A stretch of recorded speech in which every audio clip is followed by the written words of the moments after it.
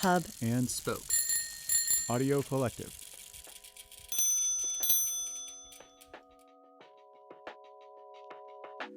Commercial Type is now shipping Double Accent Pop, our first comprehensive type specimen in nearly a decade, featuring our full library in a compact paperback format. This book is intended for reading as much as it is for looking at type, with an essay by writer Molly Lambert exploring why some of the most iconic duos in pop music history flourished or flopped. Workshop's founder Chris Wu had free reign on the design, giving each thread its own layout and showcasing the entire Commercial Type library. The specimen is a buoyant fusion of content and form, irreverent, opinionated, and exhilarating. Find it now at commercialtype.com.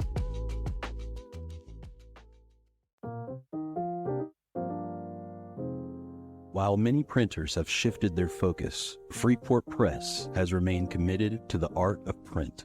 For companies that need a printing partner for magazines, look no further than Freeport Press. We offer the capabilities a customer would expect from a national printer while offering the level of customer service clients expect from a family-owned business. Freeport Press. We do print, and we do it well. freeportpress.com.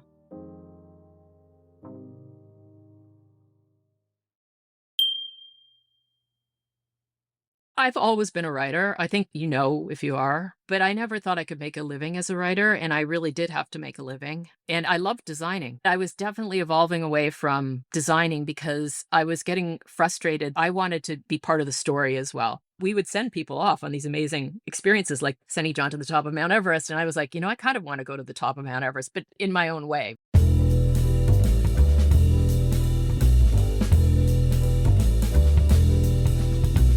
This is Print is Dead, Long Live Print, a podcast about magazines and the people who made and make them. I'm Deborah Bishop. I'm Patrick Mitchell. I'm George Gendron. Today's guest, Susan Casey, has won national magazine awards for editing, writing, and design, a feat that may well be unprecedented in the industry's history. In her native Canada, they call people like this Wayne Gretzky. She has worked under various titles for the following magazines: The Globe and Mail, Outside, Time, Esquire, eCompany, Business 2.0, Sports Illustrated Women, National Geographic, Fortune, and the Oprah Magazine. She also worked for the iconic 1990s fashion brand Esprit.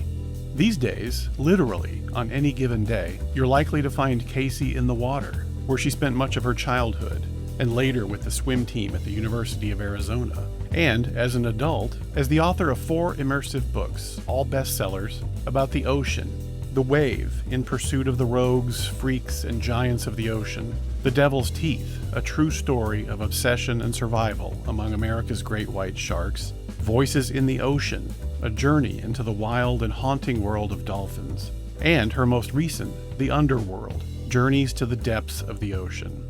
A self-proclaimed outspoken designer early in her career, she refused to accept the career path limits others imposed, and instead laid the groundwork for a rich, creative life. I happen to be talking to a former colleague of yours, Dan Okrent. He said one of the most flattering things ever written about him was the acknowledgments in your first book when you were talking about all the people at Time Inc. And he said, make sure you ask her, what exactly did I do to help her out?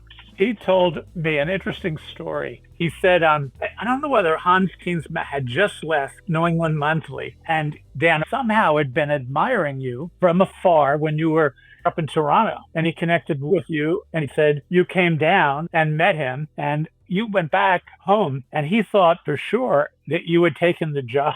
And then you came back down to Northampton, you and your dad, and hung around, and then you went back home, and then you called him and said, nah, he harbors no ill will, and he blames it all on your dad. Well, my dad was a guy that you could not pay to do anything you didn't want to. He was the only person who told me not to take the job at O. And I didn't. I said no. But everybody else was like, you're insane. And I was like, I really want to write this book. I've got a contract. And my dad said, what are you going to do? Are you going to bet on yourself or are you going to fold here? And he just said, Oprah Schmopra. And I was like, yeah, Oprah Schmopra. So I turned that one down too. I was doing a bit of research and I came across the most interesting quote from something you had written. And here it is, verbatim. While I was watching for the side effects of a jolt of testosterone, a nice thick brow bone, perhaps, or some new facial hair. The flip side of tribulus terrestris, snuck up and delivered a jolt of its own. This stuff makes you wicked horny. You wrote that. This stuff makes you wicked horny. I don't know if my muscle mass is increased, but I'm having too much fun to care. I was young. What can I say? Give us some context for this. Where did this appear? What were you doing? In Esquire, I'm sorry to say that probably a lot of people read that. I had a column called The Overstimulated Girl, and it was the result of me being in my early 30s, but still competing in sports and specifically swimming in open water races where I get swimming against people who are younger, wanting to keep an edge and like looking around, like, what can I take? And so David Granger and I would constantly be comparing notes about this stuff. We were friends, and he was like, you should write about this for Esquire. So the deal with The Overstimulated Girl was that every month I would try a new performance enhancing drug, but there were two caveats. It had to be legal and it had to be good for you. Because I mean, at the end of the day, my goal was not to like mess myself up. It was to enhance. I was kind of an early biohacker, I guess. So I started that column. And tribulus terrestris is a precursor to testosterone. These days, everybody just takes testosterone, but it works. It's an herb and it works. Yeah, you were kind of ahead of the curve here. I mean, it wasn't as if professional athletes weren't doing it. But these days you go out and half the time I find when I'm having coffee or drinks with friends, all we talk about are supplements. You know, it's kind of accepted in a way it hadn't been back then. And so this idea that you would just come in, take a supplement, do it for 30 days, and then write about it was pretty cool. Were you ever concerned about the medical consequences? Well, I was looking into that. You know, that was part of it has to be good for you. I mean, I still was in the sports world, so I had access to trainers and coaches and things like that. And, you know, I've always been interested in this, but I was the guinea pig. If it felt bad in my body, I would stop taking it and I would write. Either I stopped because I didn't like it, or I stopped because I didn't think it was doing anything or it was bothering me somehow. There was no shortage of stuff, but some of it was pretty funny. Like around that time, there was an Olympics, and I think it was the Japanese marathoners, the female Japanese marathoners were doing amazingly well. And people were like, what are you guys doing in your training? And they were like, we're taking this larva from giant hornets or something. And I was like, I want some of that hornet larva. And so that's the kind of thing I was doing. It was an editorial project as well for me, just investigating. Sometimes I look back on that and I think, you know, that was really a career path I could have taken, I think, at that time. I could have really gone down that path. And I remember having a conversation with my agent, who at the time was Sloan Harris, who's just an amazing literary agent. Yeah. I said, I think maybe I should write a book about these supplements and these ways that you can perform better in your life. And he was like, nah. He worked at ICM, and Binky Urban, who was one of his partners there, she had a hip problem. And I was like, take MSM. Do not take glucosamine and chondroitin. Just take straight MSM. It's what they give to racehorses when they have like problems. So Binky took the MSM and it fixed her hip instantly, which if it works for you, it works very fast. And she was like, what else should I take? And I remember being on the phone with her, just going through a list. And I just thought, you know, I think maybe there's something here. You ever look back and regret it that you didn't do the book and pursue a career as a science writer? Well, you have in a way. I've always been really interested in science because that's where so many good stories are. And I do think it was something that I could have done and didn't do. And I'm not sure why Sloan was so opposed to it, but he was really helping me decide what to do. And he was very good at that. He steered me to the wave. That was 2 decades ago, but still, you got any recommendations? I've got lots. You know, like thinning hair. I've got lots. You know, I've got lots. Okay, for thinning hair, there's something that blocks testosterone for thinning hair. And I can't remember the name of it. It's a prescription drug. It's pretty harmless. I'm sorry, I can't remember the name. Okay, I'm taking notes here. If you take testosterone, you're going to work at counter purposes for hair loss. Here's the other thing, though, George. I think most men don't realize how good they look bald. Men look great bald. I'm married to a bald guy.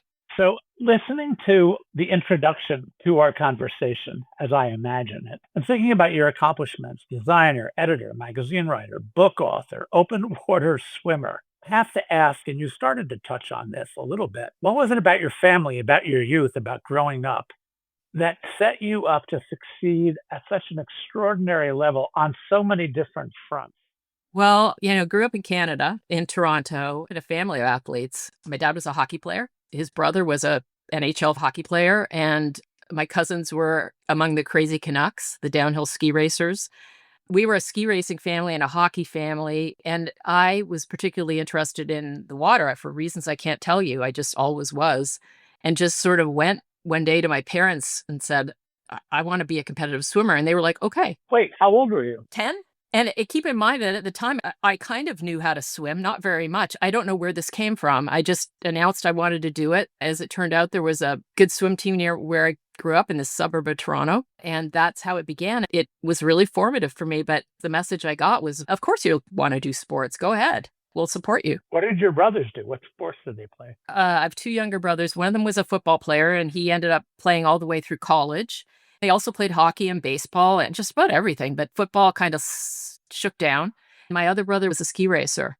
I never had the message at any point in my life or in my career where something was off limits for me because I was a girl. I was never taught that. I was never taught to believe that. I never did believe it. You know, the thing is, being Canadian, you're never overly self-confident. I always say there's no such thing as an arrogant Canadian. I mean, you grow up next to this elephant next to you in the United States, and nobody in Canada thinks they're the main show in town, ever. It's never like, I'm sure I'm going to be successful at this. It's like, just I'm willing to try. This is reminding me of the conversation we had with Graydon Carter. I said to him, having just read his book, I was surprised about how open he was about anxiety. And he said, well, I'm Canadian. And yet he went on to talk about how he felt it was a source of real competitive advantage in a variety of different ways. I do too. I think that particularly for young career people, like as I went to school in the States on a swimming scholarship at the University of Arizona, but I soon found myself back in Toronto in my bedroom where I grew up, wondering what I was going to do because my student visa was over when I graduated. I was very depressed. I wanted to be back down in Tucson, Arizona. But actually getting into the magazine business in Toronto was great because it's a small pond. And when you're in a small pond, you just get your hands on the wheel far more easily. There's less at stake, so they let you do things. And I think it's a pretty valid way to start. It was helpful to me anyway. So at the University of Arizona, you majored in philosophy and French lit. So which of those was most instrumental in helping you in your life as a designer?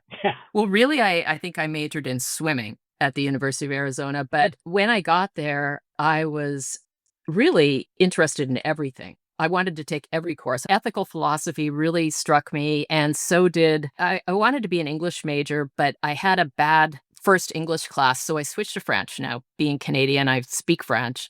And so instead of taking English literature, I ended up taking French literature. And then I also took a lot of art classes. I took studio art, and it turns out that there were great artists in Tucson at that time, painters particularly. And so it was a little bit of everything. And I took graphic design, had a great graphic design teacher, but I wasn't really thinking about a career. I don't know what I wanted to do. Perhaps if I had been allowed to stay in Tucson, Arizona, I would have gone to work for an ad agency. That was sort of the level of my thinking at that time.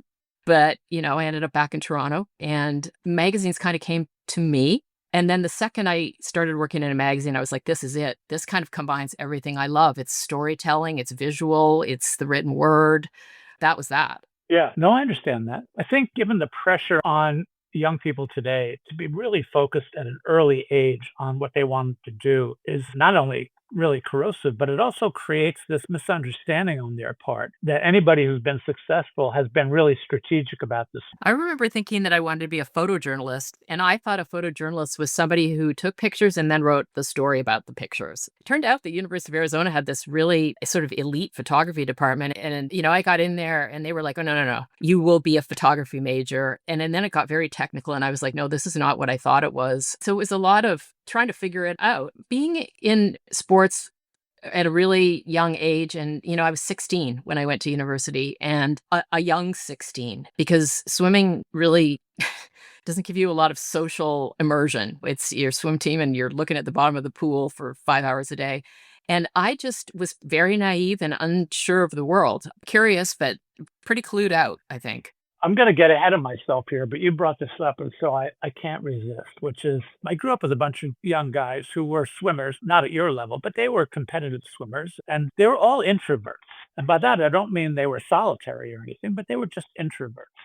And when I think about magazine editing in particular, or magazine making, God, it's such a collaborative enterprise. What do you think about that? Are you an introvert? Oh, totally. I think all writers are, and I always have been. I don't know. It's a good question about swimming. I think it would be fair to say that I don't know very many naturally extroverted swimmers. But the thing is, like a lot of people, I think, I'm totally an introvert, but I can bust it out when I need to. I can be an extrovert when called for, but then I need to recover. And that actually became a bit of a challenge later in my magazine career, when part of the job, quite clearly, of being an editor-in-chief is to go out and show yourself, go to events. I never wanted to do that. I just wanted to get out of the office whenever the work would allow and go work out. You have to be able to get up in front of people and convey what it is that you're looking for and, articulate direction. With books and magazines, there's always an element of, well, you have to promote this to the audience that it was made for. So there is that part of it. With books in particular, I have to do a lot of public speaking now. And I love that. Actually, I find it really fun. But like I said, then I want to go away and recover. So I'm trying to figure out the chronology here, but at some point you do come back to the States and you land a job that sounded like it was a good job, at least in terms of title, at Esprit. That was a really sexy company viewed from the outside. One of the things that made it so interesting and sexy was it was part of this group of companies, Patagonia, Ben and Jerry's, that they were introducing us to the idea of social responsibility in business. And yet you did not have a great time there. So I went there when the company was undergoing a big change. The Tompkinses, who started it, Doug and Susie Tompkins, had gotten divorced, and Susie had taken control of the company. And she started North Face. Doug and Yvonne Chouinard from Patagonia were very close friends, and I think real visionaries. And Susie hired Neil Kraft, who was the original creative director for Barney's. And Neil brought in Rip Georges, an art director who I knew and admired his work. Rip hired me to come down and basically oversee the art department, which was big. It was like 10 people. And I had just gotten a green card and I wanted to move to the States. So this seemed like a great opportunity. And I lived in Vancouver. My husband and I, at the time, my husband drove down to San Francisco and found a place to live. And almost immediately, I knew that I was in trouble at Esprit. I remember the very first day that I was in there looking through the art department, and they had won so many awards, right? Gilles Ben-Simon had done the photography. It was pretty well known. So they were talking this talk about this socially progressive company.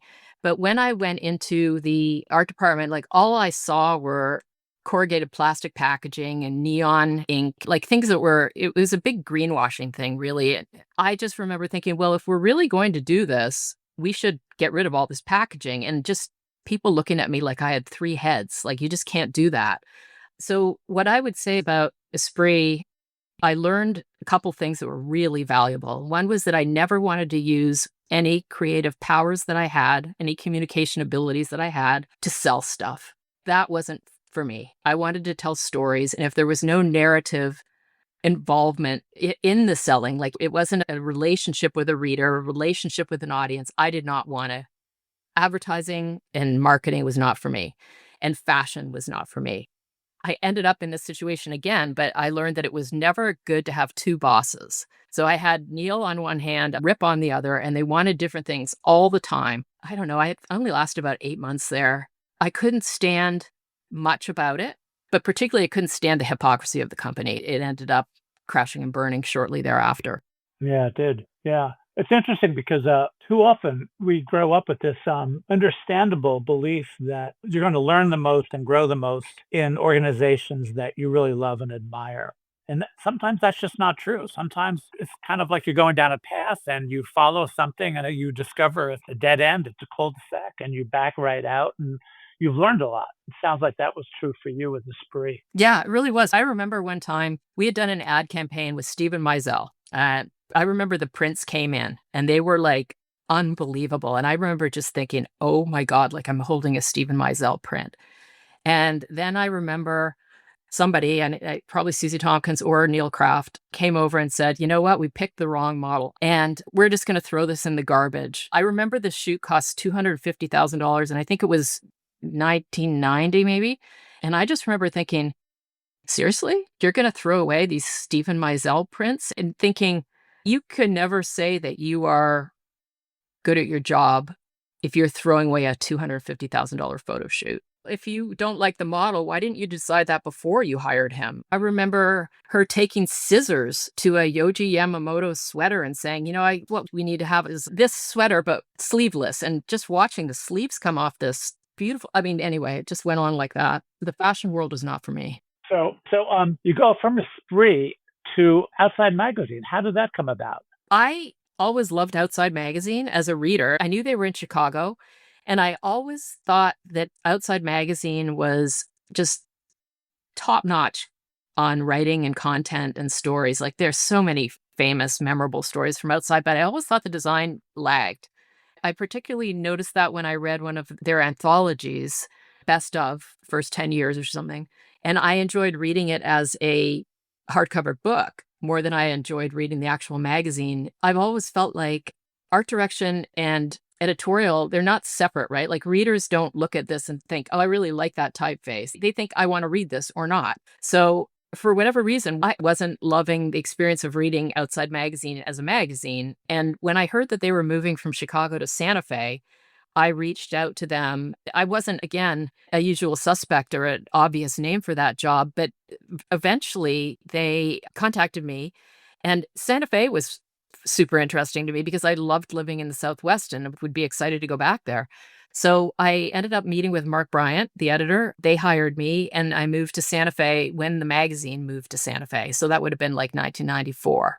I remember something that really had a big impact on me was after I ended up working for the Globe and Mail, which was Canada's national newspaper, like the New York Times of Canada, and they had a number of magazines.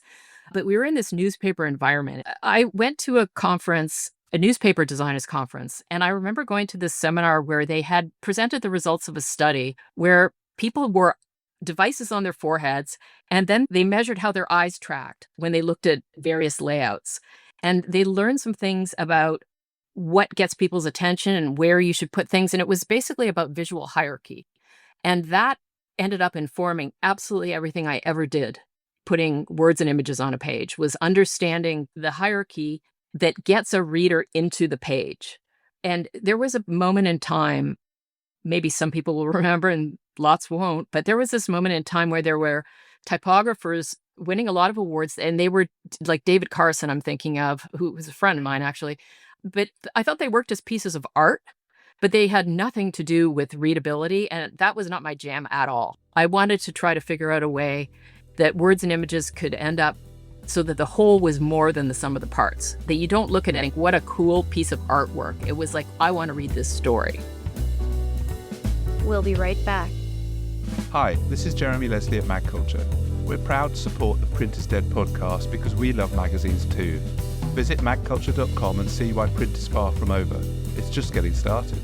Read the journal for interviews and reviews, listen to our podcasts, visit our shop in London and online, and come to our live events in London and New York.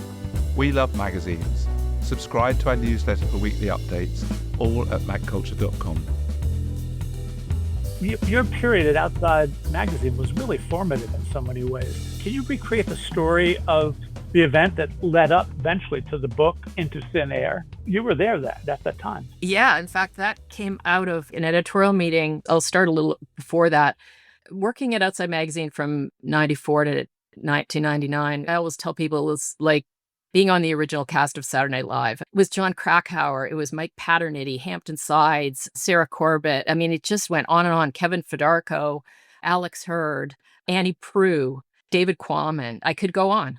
So that for me was absolutely an incredible opportunity to be around amazing storytellers. And as I said, the magazine was really a pretty tabula rasa for design. So I redesigned it a bunch. But the other thing was, it was a magazine maker's staff. I was creative director, but I was very outspoken. I pitched stories.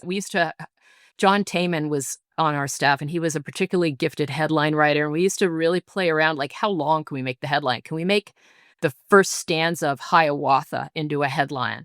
And so that was fun. It was really a collaborative environment. And I remember one time, Everest was obviously a big part of our beat, seeing a bunch of photos of just a bunch of garbage at the top of Mount Everest, and finding out, not being a mountaineer, but learning about it, working it outside, that there would be a kind of a city that would spring up each climbing season. And I remember thinking, what do you mean? There's a whole city that springs up and then it just, should there be a city at the base of Mount Everest? And then it was like, okay, what's that like? So that was a story that I pitched actually in an editorial meeting, was let's send a writer to the city. There's probably all kinds of stuff going on there. There's probably like all kinds of human drama going on in this little city, and to spend a month at this city and see what goes on, because this is not something that I really knew about. And I remember Mark picking up that idea and saying, let's send John Krakauer. John was a really gifted climber, very experienced. And he was on a book tour for Into the Wild, which was a book that he had written about, a really amazing book about Christopher McCandless in Alaska. So Mark called John, and John said, well, look, if I'm going to go to Everest, I want to climb it. So that ended up pushing the story back a year, because we had to go out and figure out how are we going to get $70,000 to buy a permit for John to go climb Everest. And if John had gone up the year that we proposed originally, everybody summited on beautiful sunlit day and came back down and everybody was all fine. But of course, that's not what happened the following year when he went up. So we knew he was there. He was on a really good team. We obviously knew that John could handle himself as a climber. He had climbed first ascents of many things, but never in what they call the death zone above 20,000 feet. And so I remember this very clearly because it was shocking, but we were having a barbecue at Hampton Sides House and everybody was there. And we found out pre-internet days, right, that people were dead. Nobody knew where John was. And so there were about 24 hours in there where we didn't know whether John was okay, whether he was alive or dead. And then when the story started coming out, it was just like, oh my God. So that's how Into Thin Air happened. And then John wrote a story, 17,000 words. This is around the time when we were starting to hear people don't want to read. People don't read stories in magazines. Yeah. It's like, yes, they do. It's just that the bar is pretty high. And anyway, that 17,000 word story was read by a lot of people. And there was another really formative moment in there, because I just remember after that, John was shaken by that experience, affected, I think, deeply. But he immediately turned to writing the book. And I remember walking into Mark's office one morning, and John had sent the manuscript, and it was in a box. And here's this box of, 400 pages. And I just remember opening it and looking at the cover page and thinking, like, that's somebody's soul in a box. And that moment really struck me. I really want to write books. Wow. So that really was an epiphany. Those don't occur very often in people's lives. Just holding the manuscript, the fruit of this incredible experience and this unbelievable wrenching work that went into it, it really hit me. It was like, this is something really worthwhile. What's interesting about that story is that, to go back to the genesis of what you were talking about, you were behaving or thinking about or contributing as much as an editor as you were as a designer, right? I've always been a designer with a lot of opinions about words, because to me, the design and the words, like I said, really have to support each other. So I would refuse to design a story without a headline, for instance. I would refuse to do anything without the words. How I did it would be dependent on those words. And also, as a typographer, my grail was, how can we present this in a more beautiful, more readable way? When you and I were talking a couple of weeks ago, before you made a quick trip out to the Great Barrier Reef, you used the phrase about your time at Outside Magazine. That's when I started to teach myself how to be an editor. Yeah. I mean, these are great editors. And we had big, 11 by 17 pages that would come along, and they would have the edits on them. So I would be looking at the edits and studying the edits. I did that for a long time. So the designer, who has always thought of herself as an editor/designer or designer/editor, is now actually teaching herself how to edit, but with the goal maybe of wanting to write books. Was it that explicit at that point? I want to write books. I've always been a writer. I think if you are, but I never thought I could make a living as a writer. And I really did have to make a living. And I loved designing. So I was learning as I was making a living and designing. But I was definitely evolving away from designing because I was getting frustrated. I wanted to be part of the story as well. We would send people off on these amazing experiences, like sending John to the top of Mount Everest. And I was like, I kind of want to go to the top of Mount Everest, but in my own way. It was more aquatic, what I wanted to do. And so I don't know if it was that straightforward. I know this very well now, especially for nonfiction. In order to write a book, you need to have a story that's worthy of a book. I wasn't in that position, but that came shortly thereafter when I did find a story that was worthy of a book. I was trying to become better as a writer and as an editor. Yeah, that makes sense to me. Now, around this time, you've been at Outside Magazine, I guess, 5 years. And on the one hand, you're experienced. On the other hand, you're still young. And you get what I can only describe as a dream job offer from Norm Perskine. I mean, can you describe what you are? It's the first time somebody reads this, they're going to do a double take. It's really strange. It's still strange to me. We had had a lot of success with Outside in the magazine world. We had won a lot of awards. We were starting to be known for the quality of the magazines we were putting out, both the literary quality and just the magazine making of it. I was starting to think about moving on, but I didn't know where to. And I had met up with John Huey on, I think it was ASME Judging. I was really struck by John's irreverence. I've always had a deeply irreverent streak myself. I remember we just spent the whole time just howling with laughter. And I remember thinking he had just got a Fortune. I was like, that would be an interesting magazine to work on. And around that time, I forget what prompted this, but I ended up meeting Norm. And Norm had brought John in to do Fortune. They were both from the Wall Street Journal. And yeah, so Norm offered me a chance to come to Time Inc. as an editor at large. And at the time, it was 1999. It was Henry Muller, who was former editor of Time Magazine, and Dan Okrent, who's one of the all-time great editors, and me. And I was, as I told you before, like in a very different place in my career. I think they brought me in there because they wanted me to work on art direction, but I was also given a mandate that I could do other things, and I did. Meaning what? I wrote a column for the first magazine that I worked on for them, which was a spin-off of Fortune called eCompany. eCompany was based in San Francisco. Probably nobody remembers it now, but it was at that time when there were 300 and 400 page magazines coming out about the internet. So we had so many pages that they were like, how are we going to fill these pages? Susan, you want to write a column about industrial design? And I was like, sure. I had a lot to say about that. It was the early days of Apple, but also other companies. Starbucks design made a big difference to these companies. And it was starting to become part of what it looked like a progressive company, and a successful progressive company in this visual age was going to have to take this into account. So I started writing a column called Object Oriented. It was about corporate design, and not just in the real world, but digitally as well. And as it turned out, my editor on that column was Tim Carvell, the most brilliant editor and writer I've ever met. And Tim is now the showrunner for John Oliver. He used to be the head writer for The Daily Show with Jon Stewart. So Tim was my first editor, and Tim taught me a lot. That was my introduction to writing. And sometimes I would write a 4,000 or 5,000 word column because we just needed to fill those pages. Yeah, those are the days. Oh my God. Yeah, it seems surreal to talk about it now. I remember so many things from that era. Like we rented out Pac Bell Stadium in San Francisco for our launch party. And it was just this big glistening bubble about to just pop. We were right there at the very moment it popped, and a little late to that party. But every time you turned around, there was another magazine. And they didn't look like traditional startups. They would come out and they'd be 280 pages. Yeah, no, eCompany was a big fat magazine for a couple years, and then it was folded into Business 2.0, and then I think both of them, I forget what happened to Business 2.0, went on for a while longer, but I feel bad. It really was fun. Yeah. So you ended up staying at Time until 2008. Yeah, it was almost 10 years. I did a number of things. Right. I think one of the reasons I've never been a big stayer at jobs, I tend to get really restless, but they kept moving me onto more and more interesting projects, and I loved my bosses. So I really enjoyed working at Time Inc.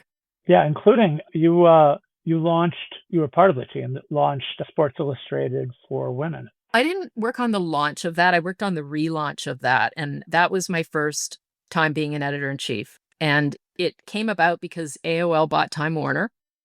And Norm said to me, I think we better put you on a magazine because I don't know, these editors at large, that looks like an item that might get swiped off the budget here. I mean, we're still in shock. I was like, surely we bought them. Really? They bought us? What does that mean exactly? And so Sports Illustrated Women had spun off out of Sports Illustrated, and it was a little bit offensive to me as a female athlete who never thought of herself as a female athlete. Like, it was just, I'm an athlete, okay? But all the women who worked on Sports Illustrated proper had basically put out a test issue of this magazine, and Norm had asked me to critique it. And I took it apart pretty savagely. And one of the reasons was because when I was at Outside, I was really noticing that our readership had become 50-50. There were more and more women coming to Outside. And I think that was because there were more and more women actively involved in various sports, but actively involved in sports does not mean that we're just going to cover the WNBA and women's soccer. It means skiing. It means mountaineering. It means everything. So I was really wanting to take Sports Illustrated for Women and turn it into something that I thought had a more commercial chance, which was really a female version of Outside. So I wrote a proposal for that. I knew that what they were doing wouldn't work because there just weren't enough women who cared that much about women's softball. If you really care about baseball, you're probably watching men's baseball too. So it didn't slice and dice that neatly, in my opinion. So they let me try it, and I did it for about 2 years, and we had fun. I wouldn't say it was super successful, but it wasn't unsuccessful either. But it was never going to be one of those big circulation magazines that Time Inc. wanted. Eventually, it got shut down, but I ended up staying and becoming the development editor for the company. So then my next remit was like, let's launch something that could be really big. What was that? Well, it never happened. But for a couple of years, I was like, okay, so AOL bought us. What can we do with that? And I remember Isolde Motley, my boss, her daughter was at Harvard, and we were like, look at this thing called the Facebook.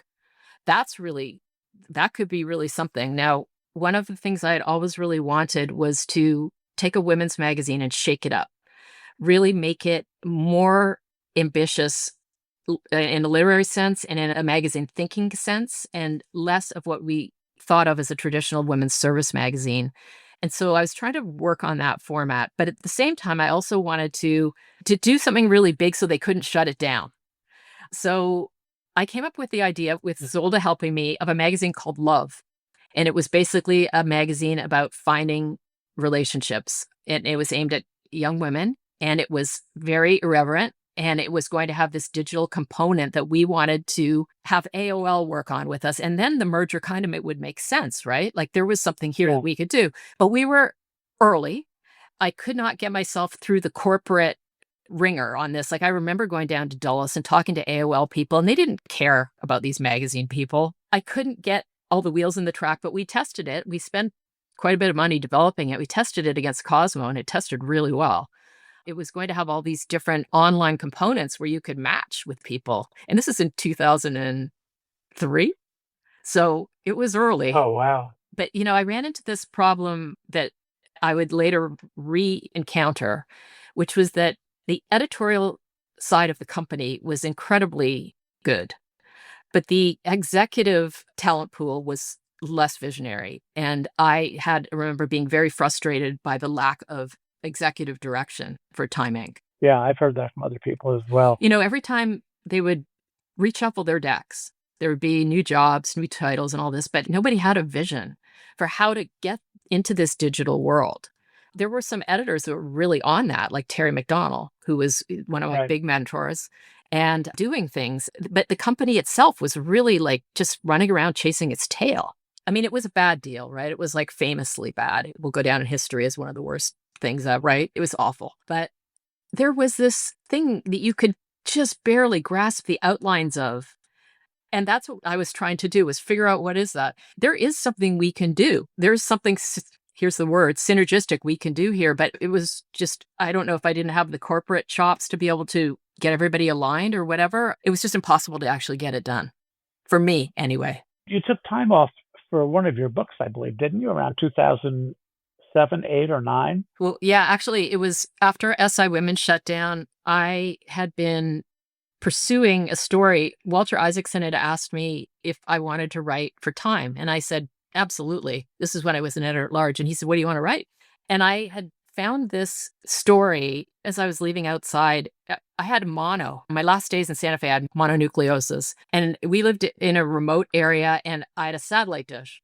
So when I had mono, I was like sleeping all bizarre hours. And I remember getting up in the middle of the night and turning on the satellite dish and getting the British BBC feed and seeing this documentary about these great white sharks. And I just couldn't believe what I was seeing. And I didn't know where it was, but I figured it was in the Southern Hemisphere because I'd never seen any geography like this. And I couldn't figure out what are all these great white sharks doing in this place.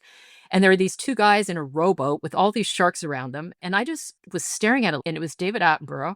And then I found out that the place was actually within San Francisco city limits, and it was called the Farallon Islands. And I'd lived in San Francisco for several years at Esprit, and then when I was working on eCompany, and I never knew about the Farallon Islands. And this was my job at Outside, was to know about these crazy wild places with great white sharks. Are you kidding? American great white sharks? So Walter was like, what do you want to write about? And I was like, I want to go to these islands.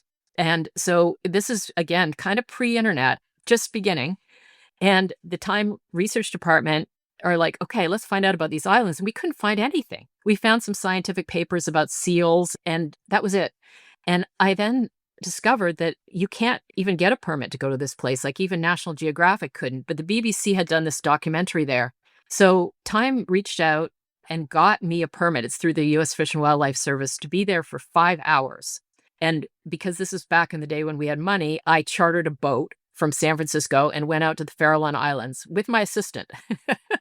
And it's a crazy boat ride, just an insane boat ride. You're going over the San Francisco bar and the potato patch, and there's the Farallon Islands. And the reason they look so bizarre is because they're on a different tectonic plate. The San Andreas Fault runs right through San Francisco along the ocean there, and it's actually the edge of the Pacific plate. They just look like what they are, which is what 18th century sailors used to call them, the devil's teeth. So I ended up meeting the scientists, didn't see a shark, and they were like, okay, we're really disappointed. I was going to write, 600-word magazine piece for American Place, which is the back page of Time, and didn't see any sharks. So one of the scientists, I think, said, look, we can't get you a permit, but we are in charge of the internship program. So if you come back next year, you can stay for 2 weeks. And I was like, I'll be back. So I went back the next year as an intern for this shark project, and it was really mostly about bird research that was happening on this island, and became friends with the scientists and had stayed in touch with them. And as I found out more and more about this place, the story just kept growing and growing and growing. And here now is a story that is a book. So I realized it went from tiny magazine story to maybe a bigger magazine story to, oh no, this is a book. And Time Inc., Isolde Motley and Norm Pearlstein and John Huey said, of course you can write this book. Go ahead, write it. You can take time off if you need. And I did. Yeah. It was extraordinary. We'll be right back. Print is Dead is made possible by the support of the Society of Publication Designers. The SPD powers the future of visual storytelling, setting the standard for editorial excellence and shaping the future of visual culture. For more information, visit spd.org.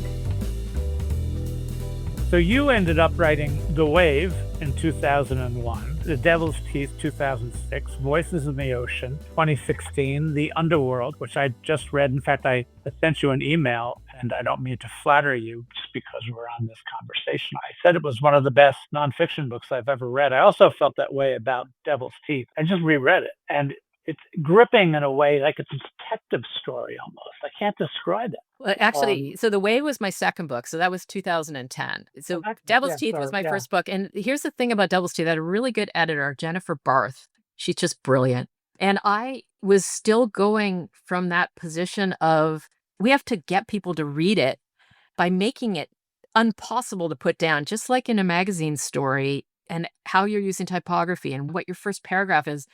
I really believe that people want to read stories, but as we get further and further into this fragmented attention age, the bar just keeps getting higher and higher. And so I was always cognizant of that. And I think for me, the biggest challenge with nonfiction narrative writing is structure, because you never want to drop the thread of that narrative because you don't have a safety net under you. Someone's going to go click onto TikTok if you lose their attention, and any other of the million things they could be doing with that particular fraction of their attention. Structuring is really hard. To me, that's the hardest part. You see some of the really great narrative nonfiction writing. That's when you really want to start looking at, okay, how are they telling this story? There's a million ways you can tell a story. You make a choice. I've always been of the mind that if you don't have the right lead, the rest of it, it's like building on a faulty foundation. For me, at least, I can't go on until I have the lead that I feel like it's right. And part of it's instinctual, I think, because like I said, you can do it in any number of different ways, but you know it when you have that firm foundation. Yeah. I forget who it was. It might have been Joan Didion who said, I can't write without having a headline, number one. And number two, I need to know how the story starts and I need to have a sense of how it ends. And that makes perfect sense. Of course, it's a lot easier to talk about than it is to do it. Yeah. And only in The Devil's Teeth have I had a natural narrative. So it was, okay, I show up at this island and the book ends, you know how it ends. So that's a chronological narrative, more or less, the only book that I've had that. The rest of it has been, okay, how are we going to knit this narrative together in a way that makes sense? Who are the characters? Who are the main characters? It almost feels like braiding with tweezers sometimes. Well, you do it really masterfully. Are you able to talk about what comes next in terms of book projects, or is it way too premature? I always have a hard time after I've written a book, and The Underworld took 7 or 8 years, and I really go into the trough in that time. I have several ideas that I'm pursuing, and I'm waiting for one of them to gel. I'm going to keep writing about the ocean. It's my thing. I'm starting to get a pretty good knowledge base about it, and it helps. It's the thing I find most fascinating, so that's what I'm going to write about. But, there's a difference between a story and a topic. I got a few topics. I don't have yet a story. And either I'm going to have to make a story or I'm going to find a story. Yeah. Boy, that's such a crucial distinction, too. I think you either learn that really early on in whatever way it's taught to you, or you discover it, or you just don't. I mean, there's so many writers who I think never really get it. Sometimes I find myself being jealous of people who take a topic and write a book about it. I have never been able to do that. It's so diabolically hard to write a book that I never really wanted to go out the door unless I think it has a shot at finding a readership. I would die inside if I felt like it's like having a kid, right? It's like, I want to give them the best possible shot in life. I want to make sure they get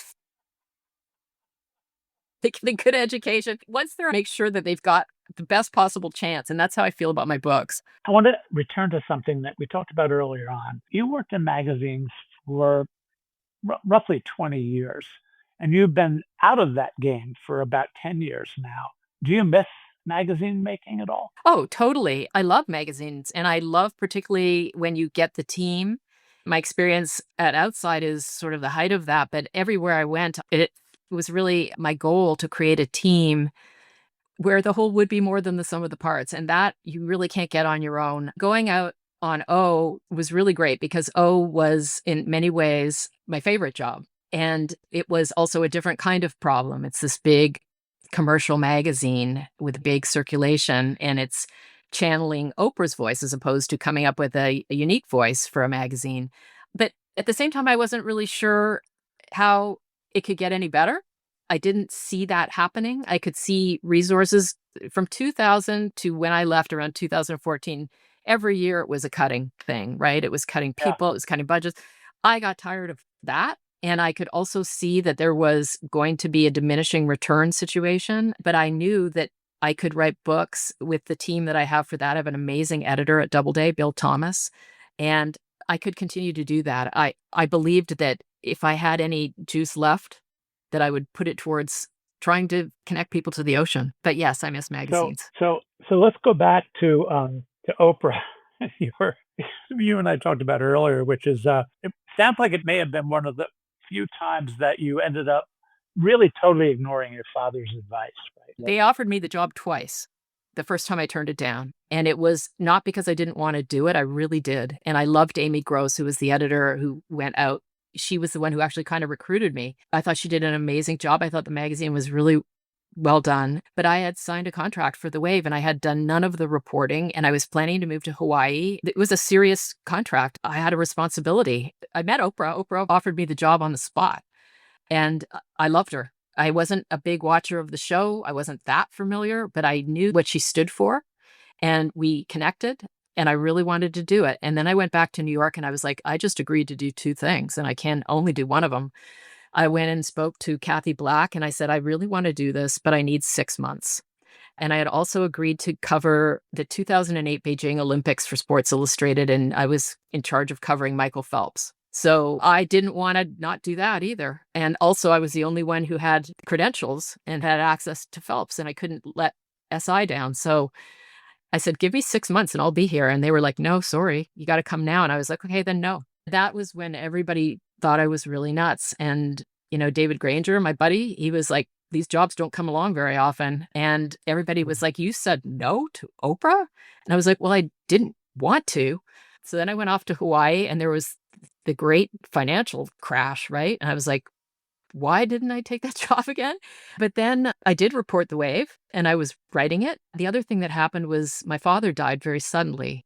And so I think if I had gone to that job, it was a big blow to me personally, and I couldn't have just functioned. I didn't function. It wouldn't have worked out. But about 6 months later, Ellen Levine called me from Hearst and said, they hired somebody. It's not working out. Would you consider coming now? And I was like, now is good. So I did. I never thought I would get a second bite at that. And I did. And I was very grateful. When you and I were talking before, prior to this conversation, you talked about the effect of your father's death. It sounded like it was absolutely devastating. Totally. He was my main supporter and he was my role model too. He was just a great guy. I just missed him. And he was very fit and nobody expected it. He was only 71. He had a heart attack unexpectedly, very unexpectedly. Yeah, sorry to hear that. That's always hard to deal with the death of a parent, but especially when it comes completely out of the blue and there's no preparation for it whatsoever. Yeah, and he was just so excited about the Wave and he never got to read it. He was always there. He was always there. Was there, I don't mean this to sound trite, and I hope it doesn't, but did you learn anything from how you were able to deal with that grief and that sense of loss? I certainly did. I had a therapist at the time who said, well, this is a tragedy, but now you're going to be able to have a deeper well of compassion. Welcome to being human, okay? You are now officially human, and you are going to be able to be there in a way that you wouldn't have been before for other people that are going through grief. And that is exactly how it has been. I have a sense of humility. It's the most humbling thing in the world. And talk about a wave. Grief is like a tsunami. And so I feel very present for people who are enduring that. We all will. And also I learned to be even more fearless, I think, because when your worst nightmare happens, for me, it was my worst nightmare, losing my father, you're not scared of anything anymore. And you can survive it and you will be stronger. And I've heard it said that grief can make you softer or harder. I think for me, it made me softer, but it also made me stronger. It's very moving. Let's step back for a second and see if we can put some of this in a different kind of perspective. We all know what an EGOT is, right? Someone who has won an Emmy, a Grammy, an Oscar, a Tony Award, the 4 major performing arts awards in the United States. Only 21 people in the world have ever done that. In the magazine world, we have our National Magazine Awards, I guess our version of the Academy Awards. There's only one person I know who has received the award for General Magazine Excellence, Design Excellence, and Writing Excellence. We need an acronym for that. Got any ideas? It's the only person who's ever pulled that off. Maybe it's a hat trick. Let's go back to the Canadian That's hockey what I was metaphor. thinking about, giving your dad. So let's close with this. Pat and I were talking about a friend and colleague we have who constantly talks about something that's kind of in the air and in the water these days, which is the importance of focus. If you really want to achieve any kind of mastery, focus, 10,000 hours, you practice, blah, blah, blah, on and on and on. Just think for a second, Susan, what you might have accomplished if you had just learned to focus in your life. You constantly have to work on this now because I think our brains are plastic and we're being taught not to focus. But let me tell you something. Swimming for 5 hours a day and staring at a black line on the bottom of the pool does teach you how to focus. I can't even imagine that. And I love the water. I love swimming. I can't even imagine that. It's not boring. That's the thing that people don't understand. In swimming, you're always monitoring everything all the time. Michael Phelps said to me, I've never gotten my head position right. Just before he won 8 golds in Beijing, and that's how you always are in the water. It's like you're always, what about my hand angle? How do I feel? What about my hips? Like you're just always thinking about it. It's never a zoning out sort of thing. It's always just complete presence. And I've noticed over time that the more present you are, just the easier things are. Does that account for your success at open water swimming? Which was interesting. You once said that as a competitive swimmer, younger, you weren't quite extraordinary in terms of the caliber of your performance. You had made the team, blah, blah, blah. And then you said, well, when I was in my 30s, I discovered open water swimming and I kind of was relaxed and performing at a certain level wasn't that important to me. And I got better. I was in the room of the great swimmers, but I wasn't going to make the Olympics, but I was around. But they don't train swimmers the way they used to because they've learned it's too much training. And what I was really prepared for in the end was to swim a 10-mile race. And I didn't realize that until I started doing it. Do you still hold some kind of a record? Somebody said you hold some kind of a record for open water swimming where you swam from island to island in Hawaii. I've done that a bunch of times. I think there was a record. I don't know if it stands. It might. I had a few records that were around for a while, but the records never last forever. No, I realize that. Well, forget the record, but the ordeal or the challenge, or you would probably say the opportunity, is to swim from island A to island B to island C. Is that basically it? Yeah. It was to swim from Lanai to Maui, which is a race they have every year. I've done it a bunch of times. And one year, it just turned out that it was particularly good conditions. I mean, that is part of it, right? It was like we had no wind. We had no waves. So the times were very fast. I forget what year that was. Extraordinary. From island to island. Yeah, the last time I did that race, I ended up at the end swimming next to Peter Thiel, who was also an open water swimmer. Pretty good. Okay, we won't go there. Avoided politics completely. I was like, he seems normal enough in the water, but I guess not so much out of the water. Here's the last question I want to ask you, and I don't mean to get into politics, but how can I not ask you this? Especially given what you've talked about in terms of kind of the 4 really major books, best-selling books about the ocean, and the theme of conservation runs through all of them. Are you hopeful now about the future of the environment in this day and age? Right now, today? Yeah, it's a really interesting moment to ask me that because, as you said, I just got back from the Great Barrier Reef. And, the 9 tipping points, environmental tipping points, 3 of which are in the ocean, 1 of which is corals. It was basically announced by the group that does this. I think it's in Norway that we've passed the tipping point for corals. So in other words, there doesn't seem to be much hope for a future with corals. What I was doing over there was hanging out with scientists that are trying to work on this. And there are some things they're doing, like they're selectively breeding more heat-tolerant corals and things like that. But at the end of the day, unless we do something about fossil fuel emissions and excess carbon dioxide in the atmosphere, corals will not survive. And when you see the beauty of the Great Barrier Reef, it is mind-blowing. So right now, I'm not feeling particularly hopeful because I know what that tipping point is and how unlikely it is that we are going to even be able to stop at this point at 2 degrees. That's too much for corals to survive. And to live in a world without them is just unthinkable, really. So at the same time, I have this pessimistic, I can see the trajectory. I also met all these people that are just doing everything. So there is this very pessimistic path right in front of us. But the ocean is really resilient. All of nature is resilient. And if we can stop adding, we could fix this. The window's closing. Already the ocean's going to be very different, even if we stop today. But we could really turn this around. Will we? That's the question. And every scientist I interviewed over in Australia was like, I could make them cry very easily in an interview. But they also were very determined. And these are brilliant people doing everything. And you could see it happening in Australia. Even the government is like, oh, fuck, we can't lose corals. This is a different story in the US right now. This sort of mad dash towards burning as much fossil fuel as possible. I just wonder, do these people have children and they just obviously must not know what this means? We have a window, but it's closing.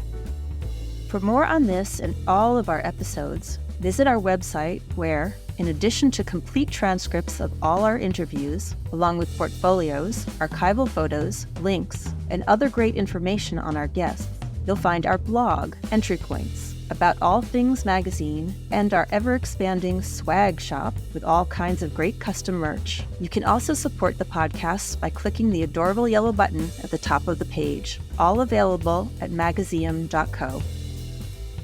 Print is Dead, Long Live Print is a member of the Hub and Spoke Audio Collective, a nonprofit association of audio storytellers dedicated to promoting and sustaining high-quality, independent podcasting. Learn more at hubspokeaudio.org.